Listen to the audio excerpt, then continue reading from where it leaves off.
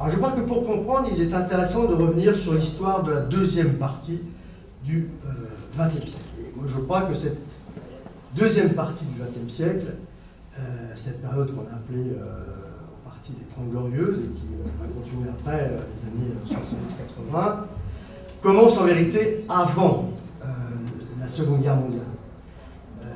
Cette deuxième partie du XXe siècle commence avec la crise de 29 qui précipite le monde dans la guerre généralisée.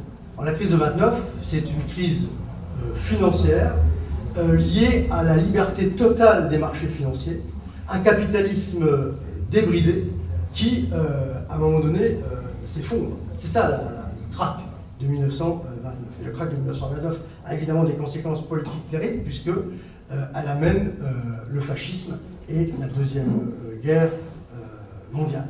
Ce qui fait qu'à la Libération, les boursicoteurs, ceux qui ont défendu les boursicoteurs, le capitalisme est discrédité. D'ailleurs, le général de Gaulle dira au patronat « On ne vous a pas vu beaucoup à Londres, messieurs ». Et voilà, donc nous sommes dans cette situation-là. Donc à la Libération, le capitalisme est déconsidéré, la droite est en miettes, l'Union soviétique est auréolée avec la victoire de Stalingrad, et même un peu avant-guerre, l'expérience était intéressante pour nombre d'ouvriers, mais aussi d'intellectuels, et l'Union soviétique jouit d'une bonne image à gauche et dans les milieux ouvriers et intellectuels.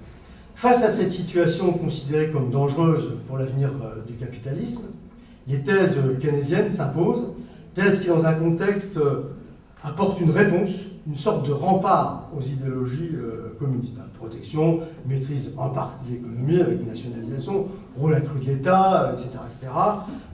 Maîtrise des outils macroéconomiques, et partout se mettent en place des États dits protecteurs. En France, l'esprit du programme du Conseil national de la résistance marque l'ensemble de l'action politique. Au plan international, un nouvel ordre international qui donne d'ailleurs en 1946 naissance à ce document dont nous évoquons l'existence et la charte de Laval, mais un nouvel ordre international se dessine pour donner naissance 10 ans plus tard, en 1956, à un mouvement qu'on appelle le mouvement des non-alignés. Donc cette situation est favorable d'une part au monde du travail et d'autre part au mouvement de libération dans le monde, et cette situation va perdurer jusque dans au milieu des années 70. Jusqu'en 1970, au milieu des années 70, la conflictualité est forte, la place du monde du travail dans les problématiques sociales et politiques est importante, la conscience d'appartenir à une classe sociale est importante, la conscience de classe est très importante, est aiguë et permet la conflictualité. Le capitalisme est donc en difficulté, à la fois sur le plan idéologique et sur le plan de la conflictualité. La rentabilité espérée n'est pas au rendez-vous souhaité, elle est aussi opposée à des règles qui sont contraignantes, comme celle de la protection sociale. Simplement 2-3 chiffres. Les 1% les plus riches accaparaient plus ou moins 30% du revenu national jusqu'à la fin des années 60. C'est 20% dans les années 70, c'est-à-dire que le capital perd 10 points en 15 ans. En France, le taux de marge des entreprises baisse de près de 3% entre 1959 et 1973, puis chute de 7,8% entre 1973 et 1980.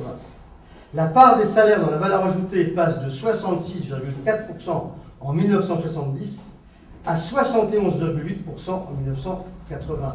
Nous reviendrons d'ailleurs sur cette période, mais nous voyons bien que la situation pour le capital n'est pas excellente, c'est le moins qu'on puisse dire. À l'issue de la Seconde Guerre mondiale, donc, une situation est favorable au monde du travail. Pour autant, la grande bourgeoisie ne s'avoue pas vaincue et commence à redresser la tête, même de façon discrète, mais elle le fait de façon sûre. Elle s'engage dans la reconstruction d'une idéologie qui vise à réhabiliter le système capitaliste et l'idéologie libérale. La première grande initiative, d'ailleurs, a lieu très tôt, le 10 avril 1947, à l'initiative de von Hayek, qui va fonder la Société du Mont Pèlerin. Alors, simplement, l'esprit de cette... du Mont Pèlerin. L'esprit, simplement, j'ai retiré une phrase, l'esprit de cette réunion. Voilà ce que dit Hayek. S'il y a un seul espoir de revenir à une économie libre, la question de comment la force des syndicats peut être délimitée de façon appropriée, aussi bien dans la loi que dans les faits, est un des thèmes les plus importants de tous ceux auxquels nous devons dédier notre attention. C'est-à-dire que dès la libération, ils engagent la revanche sociale et ils engagent la reconquête de ce qu'ils considèrent avoir perdu. Cette société, donc, c'est un think tank, eh bien, est composée d'intellectuels, de journalistes, de décideurs qui vont occuper une place décisive. 8 prix Nobel d'économie vont sortir de cette société, dont Maurice Allais, je vous passe 8 prix Nobel d'économie. Autant dire que quand on est prix Nobel d'économie, on compte dans la vie politique mondiale.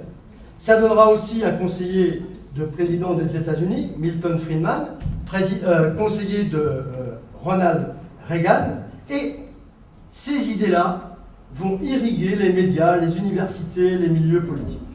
D'autres think tanks vont prendre la relève, notamment la Trilatérale, créée en 1973, et de multiples clubs qui existent, qui continuent d'exister, eh bien, fournissent en permanence des idées que nous retrouvons dans les médias, dans les journaux, dans les universités, dans les discours politiques. Ils vont engager une véritable guerre idéologique qui a pris toute sa puissance à la fin des années 70. 1968 est un moment décisif. Je rappelle la situation, non pas des étudiants, mais bien souvent, l'idée que nous avons, qu'on a construit autour de 68, d'ailleurs le 40e anniversaire de ce point de vue-là était très éloquent, c'est les étudiants qui mènent des batailles et font des barricades dans la rue, et puis font, et c'est tout à fait vrai d'ailleurs, hein, bousculent un certain nombre d'idées morales, etc. Mais l'événement important, c'est que 68, en France notamment, c'est la grève la plus importante du XXe siècle. 9 millions de travailleurs, de salariés en grève. Et pas seulement dans les usines, j'allais dire comme en 1936. Les banques, les petites entreprises, les vendeuses du Galeries Lafayette font la fête et sont en grève. Et cette situation sociale, cette insoumission traverse l'ensemble des pays capitalistes et pas seulement, aussi Prague, etc. Ainsi, le capital est confronté à cette situation. Et nous avons vu aussi qu'il est confronté à un autre problème, c'est la baisse tendancielle du taux de profit. Nous avons vu qu'il ne retire pas tous les fruits souhaités par l'exploitation. 68, c'est aussi idéologiquement la remise en cause, alors plus ou moins exprimée, mais du système. C'est le mouvement de décolonisation. C'est la guerre du Vietnam, avec la solidarité de la jeunesse à l'égard du peuple vietnamien. C'est l'entrée en scène de ce que j'ai évoqué tout à l'heure, des non-alignés. Alors, au plan international, le premier acte, je crois, qui a marqué la revanche politique des néolibéraux, c'est mon opinion, c'est 1973 avec le coup d'État au Chili, fomenté par la CIA. Je crois que cette expérience qu'entreprenait Allende, qui était une expérience révolutionnaire, mais pour la première fois dans le monde, une révolution démocratique s'opère. C'est-à-dire que le peuple avait porté un gouvernement de gauche qui s'apprêtait à mettre en œuvre des solutions révolutionnaires. Je crois que ça a été là le premier coup de la CIA et du gouvernement